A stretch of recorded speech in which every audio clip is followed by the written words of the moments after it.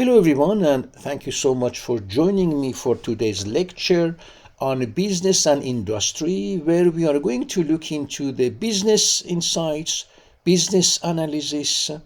We're also going to look into, services offered by Government of Canada, but mainly going over a survey that I would say they conducted in order to use statistics and statistical analysis, even using descriptive statistics mainly, in order to do their, I would say, evaluation of their system, this customer satisfaction, and based on different questions that they asked in their survey, and after going over statistical analysis, how they ended up making business decisions in order to make the business, which is a governmental business here, again, more usable and more appreciated by the customers. So first of all, allow me to talk about the business and industry. Business and industry is, again, a service offered by the Government of Canada, and you can always go to the website www.canada.ca, and then you're going to search for services, and then you're going to search for business. And of course, you're going to easily find this service. Now, what this business or Business Canada is offering you? This is a governmental service, and this is to support all of the businesses in Canada, not only people who are in Canada, but also people who from outside Canada would like to know more and have more insights related to the business and conducting business in Canada. So this is why they give you different web pages, and they're going to give you different types of services. For example, if you want to start a business, and we are going to see, of course, in the survey results how this is really booming in Canada. It's not just the first year. I think we are in the 10th year where this is happening. So they talk about business planning, naming a business, registration with the government, getting support and financing for the business. They also give us information about the federal corporations. They give us information about the hiring and managing employees. So what is a payroll, wages, other resources of recruiting, training and managing employees. You can also find information about the research and business intelligence. They give you industry sector data. How many businesses in each provinces, in each cities, about what exactly. This is very interesting for us to be able to, again, even start a business in business development. So giving those type of services to newcomers, but also to new investors, those who would like to start a business. And again, one of the questions for us is, okay, what is the age of people? What usually, from which age category we may have more, again, people who would like to invest in a business. Then you also have information about the protecting of your business, so emergency planning, risk management, insurance, legal issues, security, privacy, and fraud. Then they will talk about, they have again another group to help you learning more about business taxes, so tax on your income, the again GSTs or HST, which is the harmonized sales tax. You don't have HST in all of the provinces in Canada. In British Columbia, you don't have HST, but in which is 13%. But in Ontario, for example, you have HST. They give you information about the payroll and T4 slips for again submitting to CRA or Canada Revenue Agency. They give information about the returns, the business numbers, customs duties and tariffs if you would like to import again a product like cosmetics or medical devices or different types of products.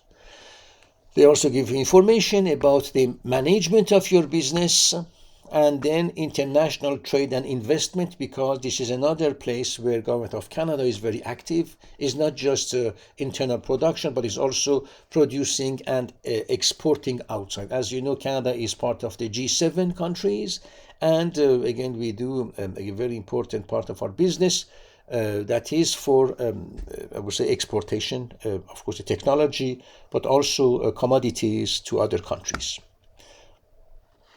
They also talk about doing business with the government, because you can become, again, a contractor for the government. You just need to look into what services the government is offering, and what services the government or any ministry they need, they are requiring from again, people or corporations. In this case, you can now look into again, having a corporation, and then to connect with different ministries, getting funds or getting again, contracts. And this is how, again, that's one of the ways that the money is distributed into the society, is through the doing business with the government. So it's talking about selling to the federal government, buying from the government, selling to other governments. We're talking about different provincial governments. So it's a very, very interesting website. And as you see, each and every of these again, the topics are important for a business. Another topic that Business and Industry Canada is going to give you is insolvency for business. So the options for dealing with debt, making a proposal to creditors, filing for bankruptcy. These are things that may also happen, hopefully not to your business, but it's always good to know about different, I would say, ins and outs of the business. And again, this site, this group, Canada Business, is giving you all of the information. Then you also need to have business finance and support from different banks. So you do receive grants from different ministries. You can also get grants from the government, depending on, for example, even your age. If you are a young entrepreneur, you may also receive funds from banks or from ministries as well. If you are a newcomer, we do have, again, you have to find, of course, this is through this website, you're going to find out some incentives for newcomers, some incentives for people who are younger than 30, for example, incentives for startup companies. We are also going to look into again, banks, how you're going to write a business plan, or how banks are able to write a business plan for you, how you're going to look into how to manage a business, how to implement a business first, how to manage it, and then how to expand it through, of course, again, business financing, because you can get a loan at the beginning of your business. You can now continue to have a second loan, a third loan as well, if you would like to expand your business. Another interesting topic that Business and Industry Canada is, again, giving you information about is about the permits, licenses, and regulations. So such permits and licenses, again, are useful or necessary for some jobs, not all. So you're going to be able to find regulations for your industry and business activities. Another important topic is about the intellectual property and copyright, because if you are making a new product, a new device, a new car, a new battery, a new bicycle, again, a new any entity against is new, you need to have again, some type of patent. Now you may also have the patent which is national level of Canada, or it's going to be international, recognized in 145 countries out of 196 registered in, again, the United Nations. And if not in addition, you may also need to have trademarks, patents, we talk about that, the copyrights, industrial designs that you can register in Canada, and you will need to protect your intellectual property to have the market exclusivity for your products, if this applies. And this is where we can talk about startup companies in different fields, like in the pharmaceutical, but also in IT, but also in technology, where again, we need to have our patents. You will also have information about the research and development and innovation. This is again how you are going to, where you are going to find fundings, collaboration, again opportunities with other groups, with other universities, colleges, or other companies or the government. Then how you're going to do the commercialization and licensing resources in order to fuel your innovation. And of course, you also need, because if you are going to have employees, you will need to learn about the Labor Act of Canada and workplace standards. So federal and provincial labor laws, workplace standards, federal health and safety standards, and labor relations program. So as you see, in a nutshell, Government of Canada is giving you this very comprehensive service, and the service is again for everyone willing to do business in Canada. Now let's go over the website itself. It is called Innovation, Science and Economic Development Canada, or ISED. This works with Canadians in all areas of the economy and in parts of the country to improve conditions for investment, enhance Canada's innovation performance, increase Canada's share of global trade, and build a fair, efficient, and competitive marketplace. We are the federal institution that leads the innovation, science, and economic development portfolio. Now, what is interesting is that as a newcomer, you can always start a corporation. It's going to be based on a 50% share for you, 50% for a person who is a Canadian or a PR, permanent resident. So this is open to Canadians. But again, as I already mentioned, people who are newcomers, who are not yet Canadian citizens, they can start a corporation with a citizen, okay, or with a PR, of course, in order to have their corporation and then to start. So this is open to everyone as long as you have, again, 50% share by a Canadian. So here you can, of course, drill down. You're going to be able to look into, again, the same information that I already explained to you.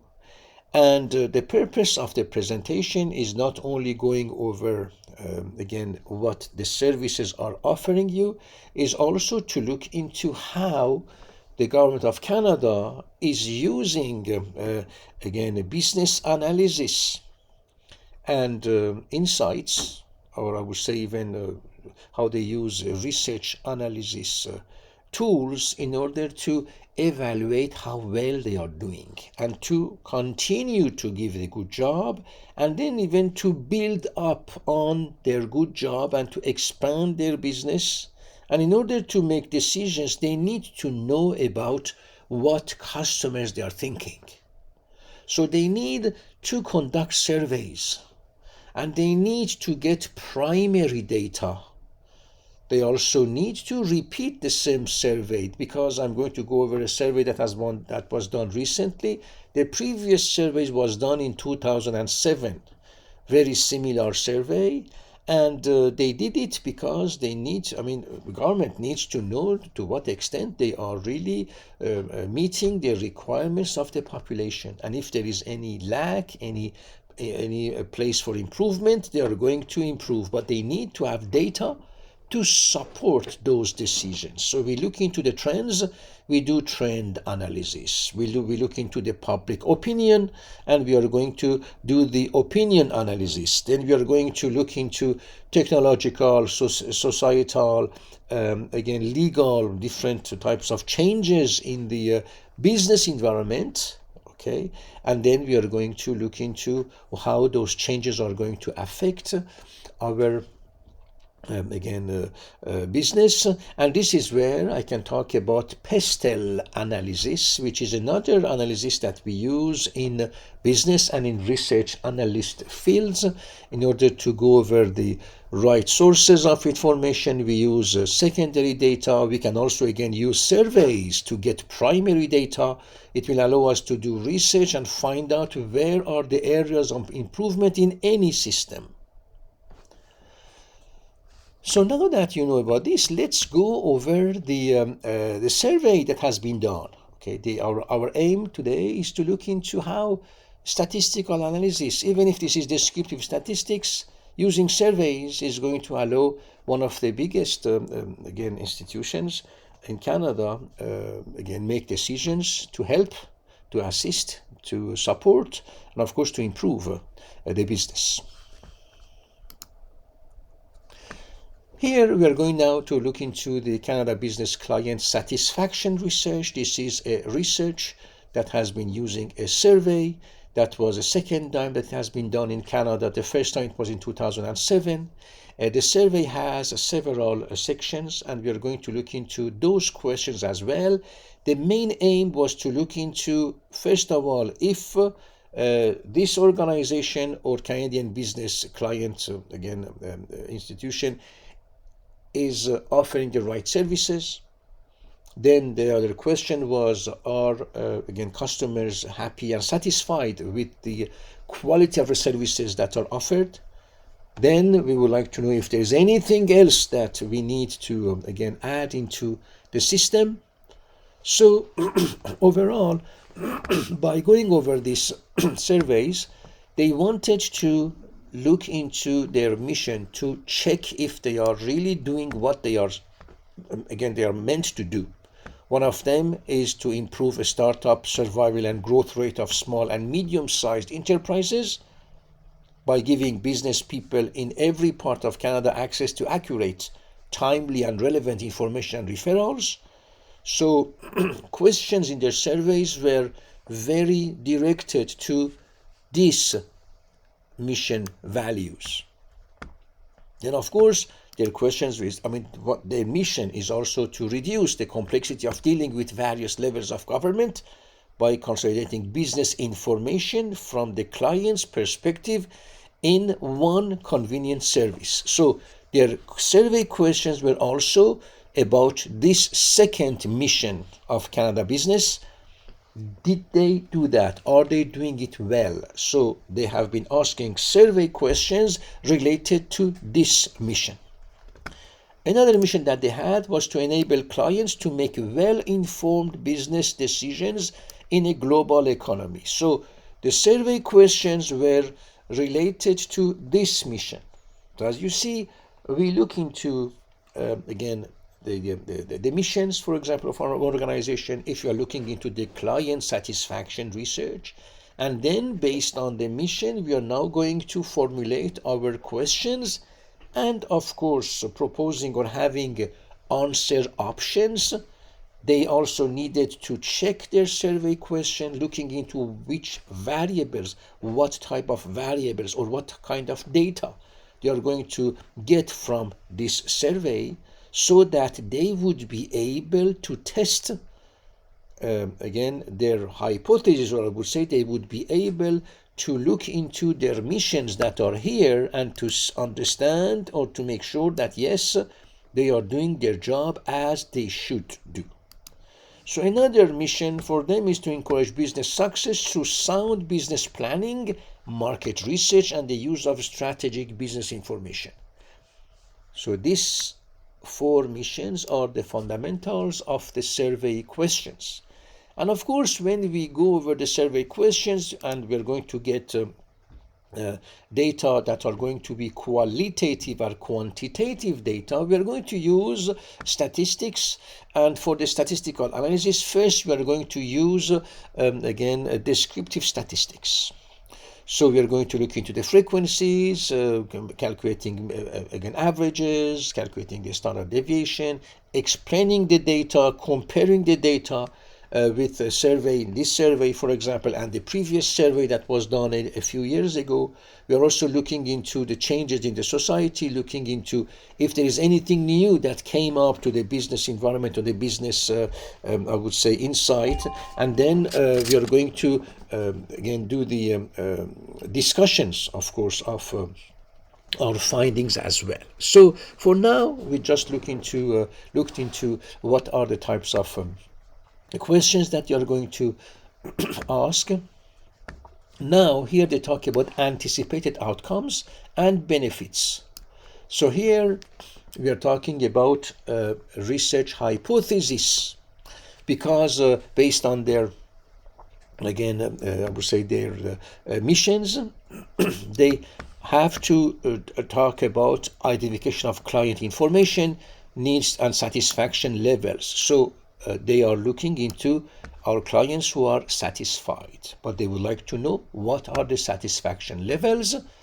Then the other hypothesis was to improve the measurement of success or failure of product functionalities. They also looked at that. They also doing the profiling of the client. They would like to know the ages. Okay, I would say here these are the market segments. Knowing about the profile of the client is learning about the market segment.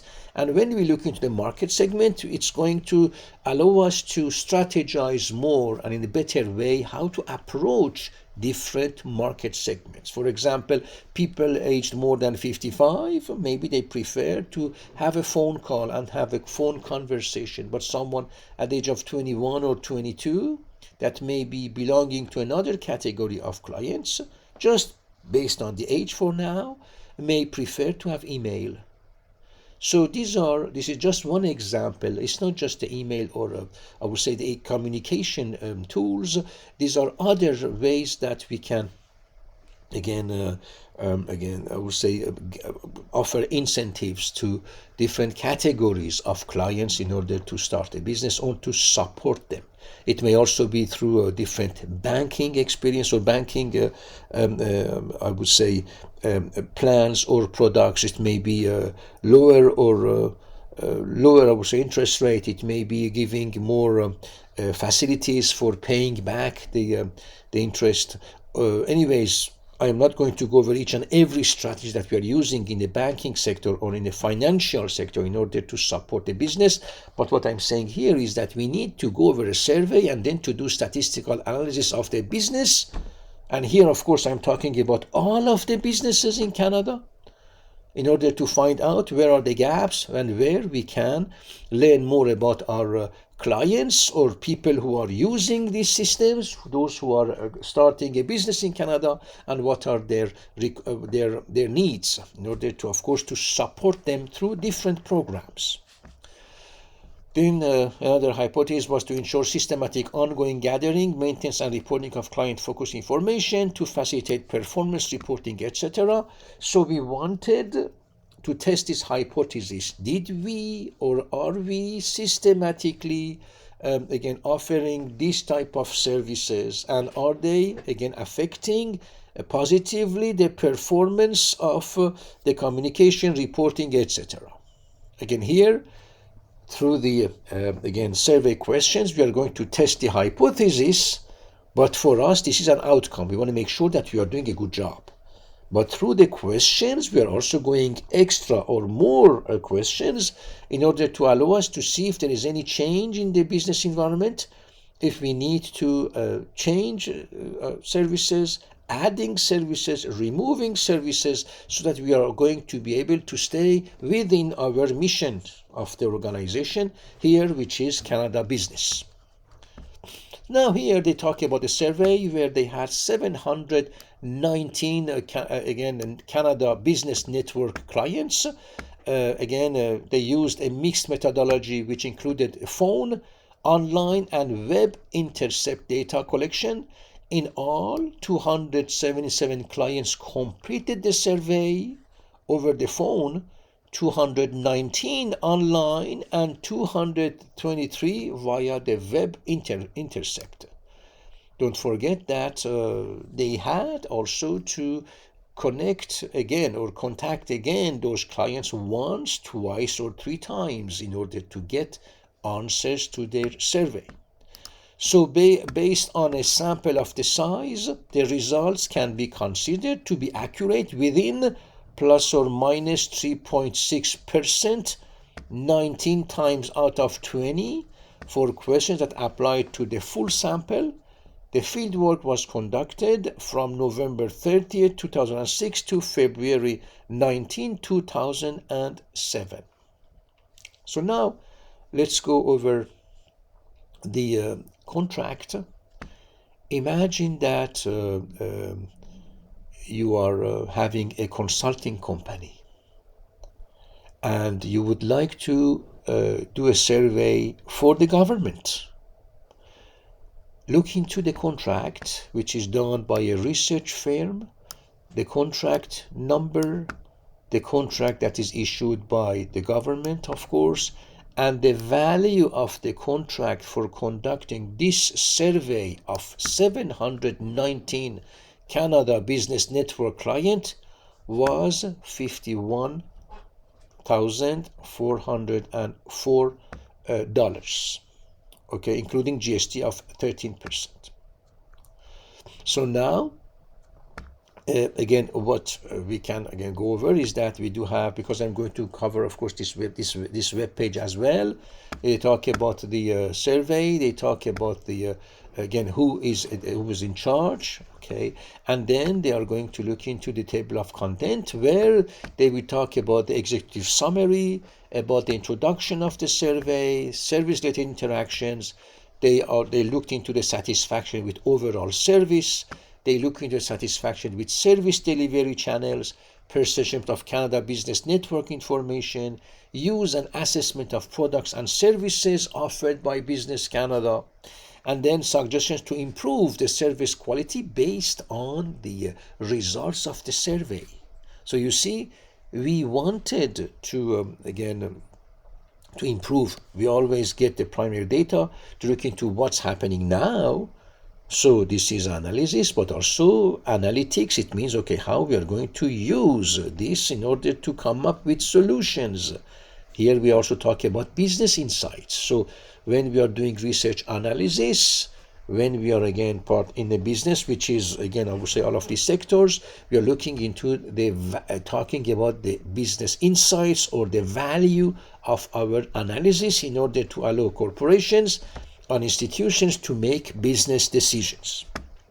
So I will not go over the executive summary because it will again talk about again what are the findings, because I would like to go over the findings themselves and then to go over, okay, what are those graphs that we use and how we can use the graph through, of course, the communication, which is here through the graphics or graphs, and then how we are going to do the interpretation.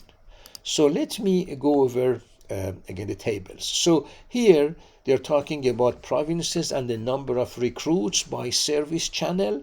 This is the number of again people who were recruited in different provinces. Again, you know that these are those who are recruited, but they didn't again respond. All responded. We just had 719 people who responded. And then we talk about the questionnaire.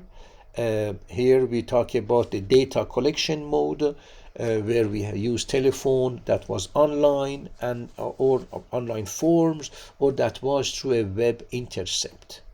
Now they also gave us the field work dates. The average length for the data collection mode was 13 minutes maximum by the phone, and the response rate again was 66%. Now is it low or high? We have to also drill down and see that they also had to, I would say, to connect back again, to call them back again in order to get some answers, because that's always the challenge in a survey. It's the fact that it takes time. Now, if we give incentives, I would say compensation to, respondents, that's one thing. But if we don't, for example, it's another challenge as well. We have several challenges in the surveys, but anyways, we do our best. Now, the online survey, in total, 1,200 recruited clients were invited to participate in the survey. The survey was completed by 219 clients only, so it's about 18% of the, those who have been recruited. I always said they have been contacted. Of course, here they talk about the privacy and the protection of the survey, so it was password protected, and it was, of course, in both languages. It is for removing bias that we explained that. We say that the service has not been biased. It was password protected, so a person, an existing person, was responding, and it was in both languages, so there is no language barrier if applicable. And of course, they also used email, so it was really a personalized email to those individuals. So you see, we talk about biases, then they talk removing, of course, by possibilities of having biases. Then they talk about the phone surveys, and here they talk about the top number of again attempts that they did, and at the very end you also have a refusal rate because they contacted people and they say no, I'm not interested, and they also contacted people who were interested. So 65% 4.45 were interested in responding to the survey. So not only we are looking into the again the purpose of the survey, this I would say report is explained to us also the details of how they did run the survey, which is very interesting for us because we can always use the same information, knowing about the fact that if we wanted to do a very similar, run a similar survey, and of course using the statistical tools in order to explain again the questions for the business that we are looking at in this type of activity, we can always use it. We can always use this, I would say, anticipate that we are going to have this type of response rate as well. Even if things change, of course, people change, technologies change as well. Don't forget it's on 2007. And the web interface now is much more different. I would say we have more technology, more not technologies, but more tools that we have on internet. And of course for this for the phone as well. Now we can also again send surveys through the social media as well. Of course, you may say that they are not personalized. You are right, but you can always make them personalized as well. So with the technology that's evolving, we are having better tools, and we may sometimes find ways to ask for the public opinion for getting primary data using more, I would say, adaptable tools as well. So they talk about the website intercept survey, then they also talk about the analysis, and for the note for readers, they are giving us information about how to look into the results and how to do the interpretation of the results. So here they gave us, of course, the first results. These are the graphs. This is descriptive statistics. No statistical analysis, okay? And no need, because we just want to talk about the service channel used in the last 6 months. So we see that again here with the phone, of course, people, they have been dealing the service channels through the phone more than visits to the website, more in person, and of course it is more than by email. And don't forget, this is in 2007. If you wanted to do, again, if we had access to the most recent survey, definitely it would be, I would say, we would see something different. And then when we look into any different results in any recent survey, if applicable, we will then look into how we are going to increase the value of the business by offering more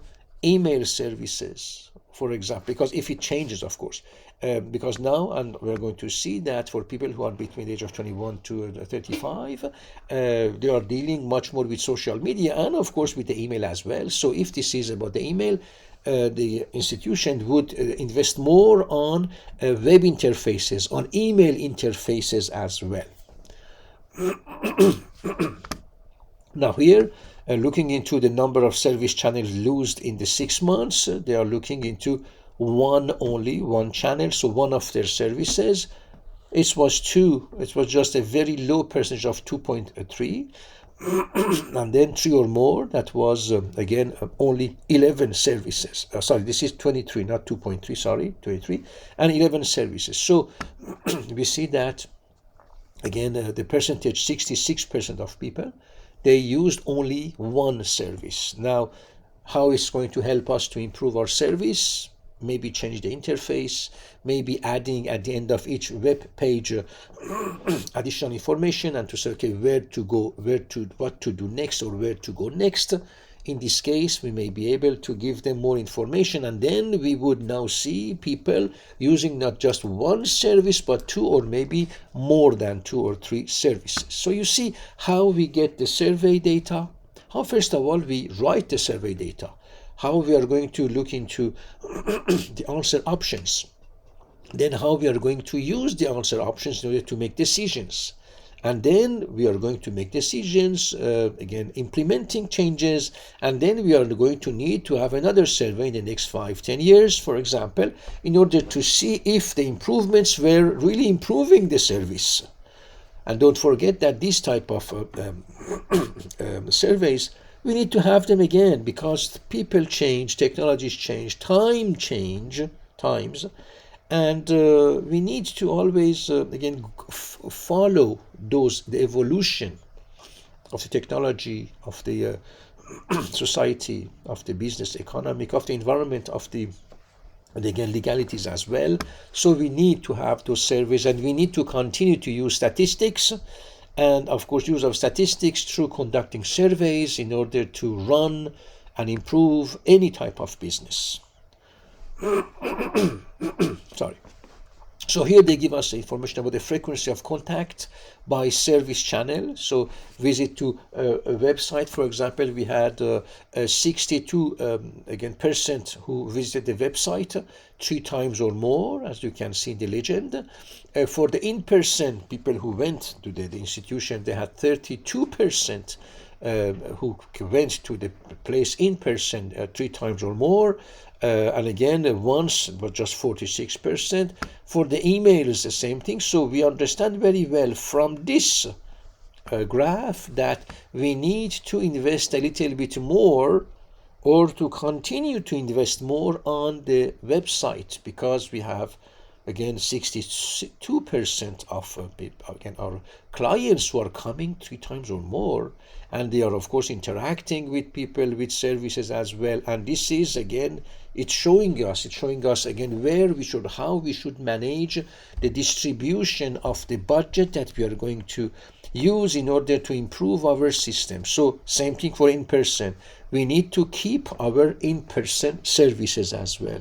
For the mail or fax, obviously we will have, again, employees in our offices, so they will be able to respond to the phone, email, and fax. But we need employees here to be, again, dealing with I would say with mail, fax, emails. We also need employees for the in-person meetings, and we also need to have websites in order to, again, give services to more than 50% or the majority of our clients. And again, 3 times or more, it is very interesting. So you see, again, we are asking questions in a survey, we look into the descriptive statistics, we create those graphs, and then we understand what's happening, and then we are going to make business decisions for hiring people, for paying more for a service, or for, again, any type of improvement, making strategies, and to, of course, continue to run our business. So here, this is, again, a number of interactions with the CPN, or this is the Canadian Business Network, or CBN. So if that was, again, in percentage, 50% of people, they had interaction with CBN 3 times or more.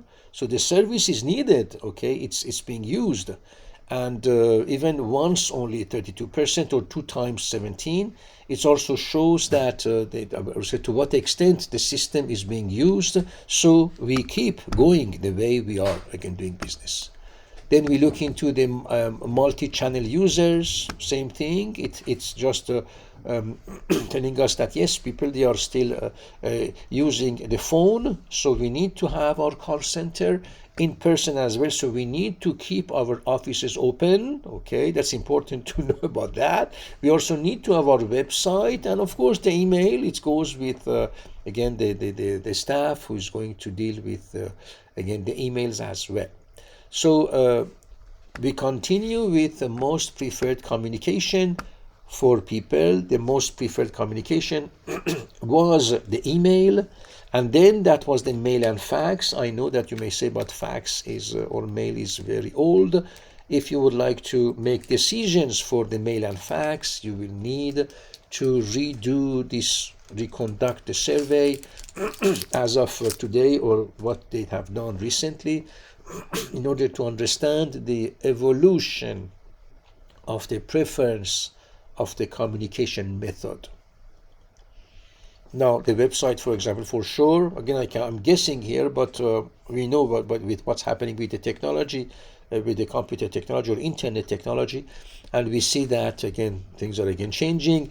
You know what is interesting is that now with the artificial intelligence, we may also look into the automation of the answers based on the information that we are going to give to the AI language model that they may then use in their website only. So not by going to ChatGPT or Copilot, but to go to their Government of Canada artificial intelligence tool that they may look into for developing, that it will only have access to governmental documents, policies, regulations, and guidance documents, and they would then be able to give us a very accurate response, not a response coming from the web where we don't know exactly who wrote what and from which website it has been extracted. So we see in the future company develop or institutional artificial intelligence language models where we will be able to do search or to ask questions that are based on the answers provided by algorithms in artificial intelligence language models that have access to only the company or institution specific information. So there is no bias by using any external or non-peer reviewed or other sources that are not valid sources in our search using AI language models. Then, of course, very interesting to see that the reason for contacting a Canadian Business Network, at that time it was at 60% for a potential startup.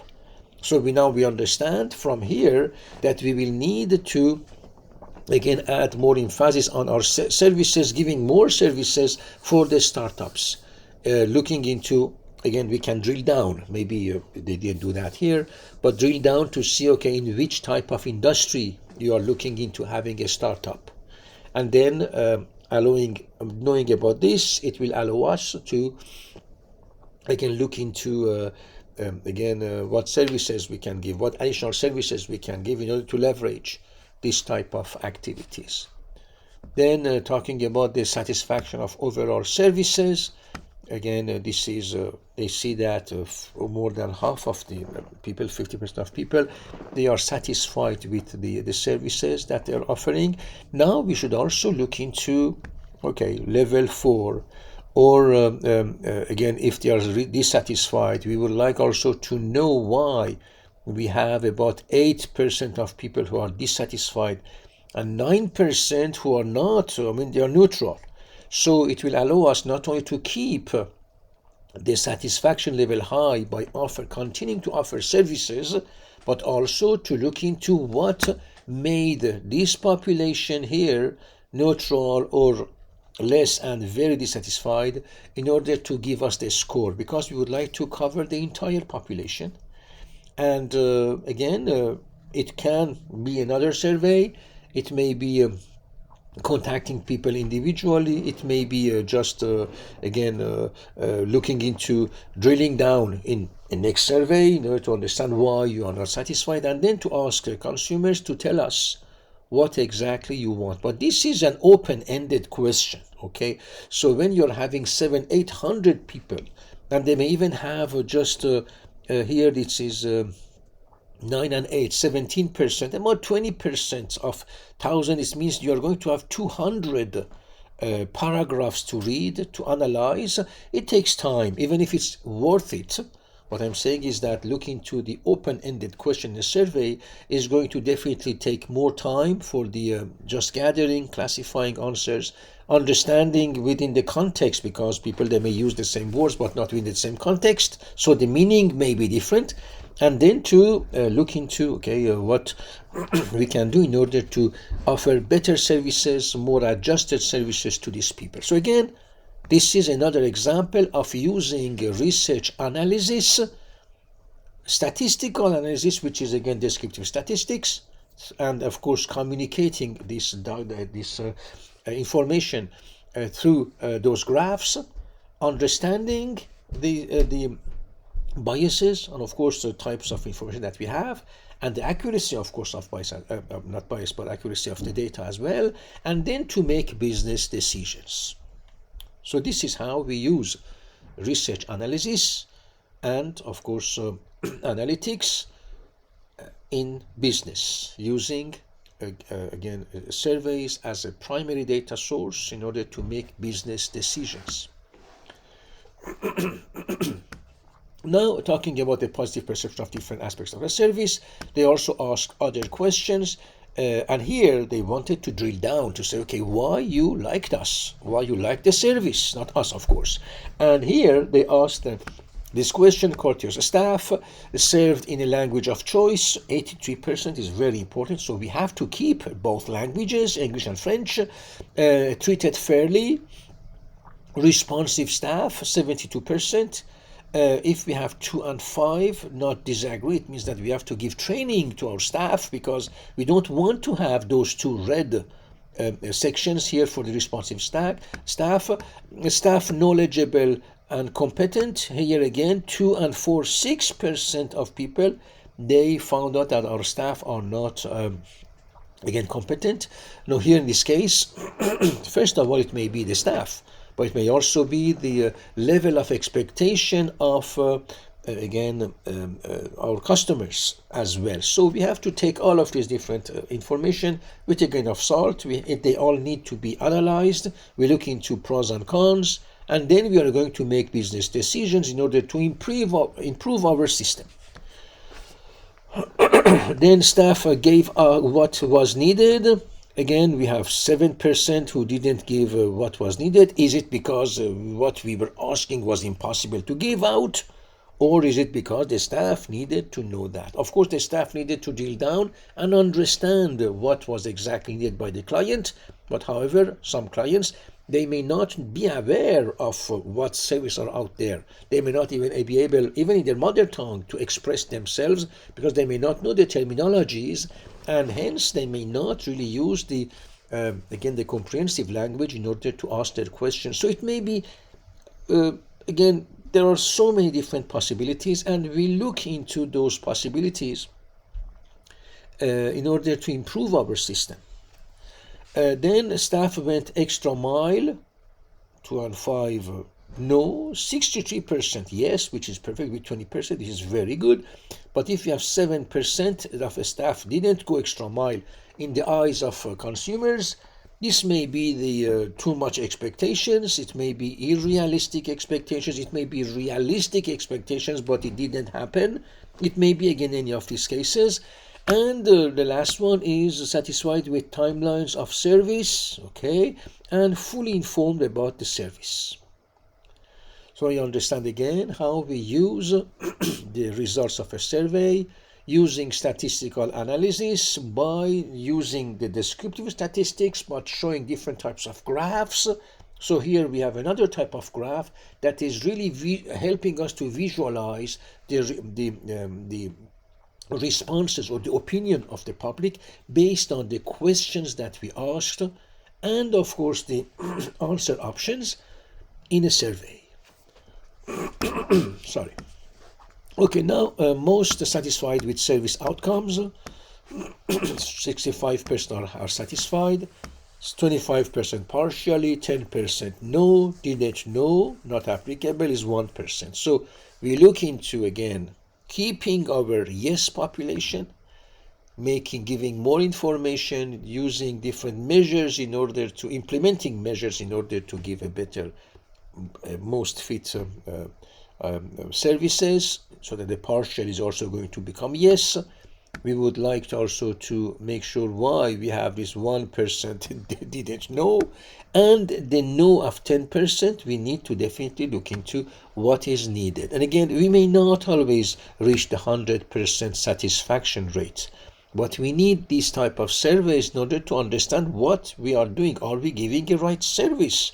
Are we communicating well with our people? Do we have trained employees? Do we, again, have to add more information, more sites, using better technologies in order to help our clients to, again, find their business answers to the business questions. Why? That's because we, as a Canada business in this institution, we have a mission, and that mission, of course, is the basis of again, our activities, and we need to know about the customer satisfaction level in order to understand more about what customers they need. So now, my friends, again, you understood why we are again using those surveys, we use statistics, and why we use it in a business, of course, environment. Look, for the continuation, I can just invite you to go over this on your own, because there are so many different again information, graphs as well. The aim of this presentation was to go over an example of a survey using statistical analysis in order to do the I would say to do research. This is doing research, okay? And we do research based on the survey. We do research analysis. We also look into again different results. We are going to do the interpretation of the results, doing the analysis of the results, then doing the analytics of the results, going over what can be done in order to improve each and every of these services that we are using or we are offering, and then to come up with a business decision based on the evidence coming from those surveys and those statistical analyses. So allow me now just to go back here just to recapitulate. So we looked into a Canada Business Client Satisfaction Research that was conducted by Government of Canada. We looked into the version 2007. You can always find out more about this by going on a search engine. You also have a comprehensive results of this survey, and this is a perfect example of an institution that is giving access to information about any business type of business in Canada, and again to see how this big institution is looking into using survey tools, so research analysis, looking into the value of again those analyses that we call insights, in order to apply that to their own business, to their own mission, and of course to give a better services to the population. So thank you so much for your attendance, and I hope that you enjoyed today's lecture. Thank you, my friends.